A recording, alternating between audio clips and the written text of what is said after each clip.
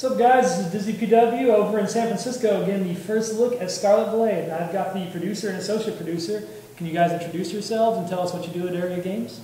I'm Jeff. I'm producer for fantasy genre portfolio, including Scarlet Blade, as well as Shia, Last Chaos, and 12 Sky 2.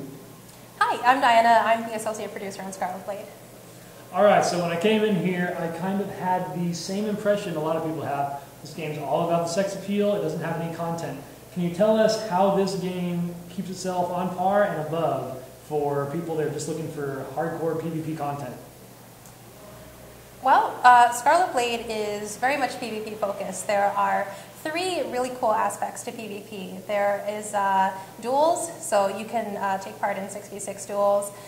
There are also open world PvP zones, which are huge battlefields where lots of players can enter and leave at will. And you always have to be watching your back because both factions can enter. And in those battlefields are monsters that drop like really cool exclusive loot with a long respawn timer. So players are definitely encouraged to go in there and fight each other.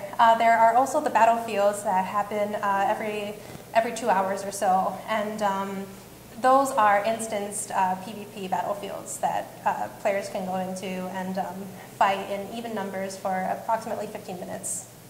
And how do they get into that? Is it a queue system kind of like Warhammer or what? Well, how it works is it's actually really simple. There is a little icon that pops up when the time for the PvP event happens. And then as long as you click on that, you're automatically entered into the queue in order to get into the PvP zone in about 5 minutes or so. Very nice. All right, so tell me a little bit. Something that really left an impression on me in this was the really creative writing style behind the quest. Can you tell us a little bit about what your localization team's doing different from the typical MMORPG?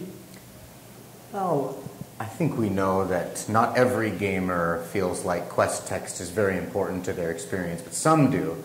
And with the mature rating, after going through the ESRB guidelines, we felt that we can have a lot of fun with it for this game. So to have fun with that and get edgy and get creative and have kind of innuendo and other jokes and things, we felt was a lot of fun, and we hope that the people who do enjoy reading text in their MMOs sometimes will enjoy that very much. For sure, I know I did. All right, so talk about a little bit about your decision to go with a ESRB mature rated title and how that sets you apart while still being a little bit classy. Well, you know, at Aeria Games, we've got a very broad portfolio. We've got everything going from shooters to more kind of casual experiences like Eden Eternal or Grand Fantasia to something more hardcore like Shia or Last Chaos. So we've got a really broad portfolio, and continuing to broaden that portfolio is important to the company's vision. I mean, we're a company for gamers, and we're all gamers ourselves, so we want to make sure to offer games of all kinds to everybody. All right, now the first thing I know I personally look at when I come to a new game, and a lot of my viewers do, is what classes do you have laid out for me, what differentiates them from each other, and why will I have fun playing this class? Can you give me a little rundown of each of the classes you have in this game? Yeah, so all of the classes are lined up here in signage, and we have 6 classes in total. There is the Whipper class, which is melee AoE. There is the Punisher class. She is range AoE. This girl here in the center is the Shadow Walker. She is a roguelike character with really powerful melee fighting skills, but it's kind of squishy. This is the healer. She's the medic, and in addition to being the healer, she also has powerful group buffs. And this is the tank character. And you can't really tell in this image, but she's the tallest and most powerful looking of all the characters. So she's really cool. She mostly has single target melee attacks. I personally played as the tank character when we did some PvP with the other crest and was very impressed. This game has a great way. I'll warn you ahead of time, it's balanced for the end game PvP, and it's a blast. You guys have, and let's talk about it, you have 2 separate forms that you can take. One of them only available in PvP. Can you tell us about the exoskeleton as well as the actual mech suits? Sure. So there are 2 kinds of forms that you can take so far in the game. One of them is the exoskeleton cyber suits. Those are only usable in PvP, and there's actually a separate bar that allows you to use it counts down, and it only allows you to use these forms for a limited amount of time for the sake of PvP balance. So with the cyber suits, what happens is you put them on and you get a temporary increase in PvP specific stats. How the mech suit works is it also counts down, so you can only use it for a certain amount of time, usually like no more than a minute or so. So it really becomes part of the PvP strategy to know when to use them at the right time, whether for intimidation or as like a last minute rally. In terms of how it affects PvP, the amount of time that you can use it is limited, so because of that, the developers felt the freedom to give it it gives you quite a big boost, and it'll increase your armor, it'll increase your damage, and visually just looks really cool.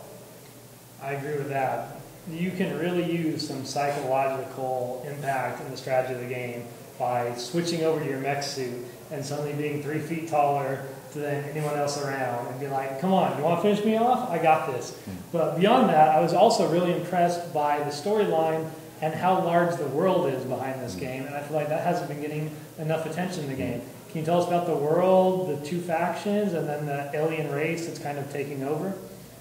So the story of in Scarlet Blade is that the Narok, which is an alien race, attacked Earth and basically drove humanity underground. They created this huge underground base called the Ark, and an AI runs the Ark and also creates clones. So all the people you meet are clones. You play the different classes, which are Arcana, and they are special clones that are more powerful than the average human.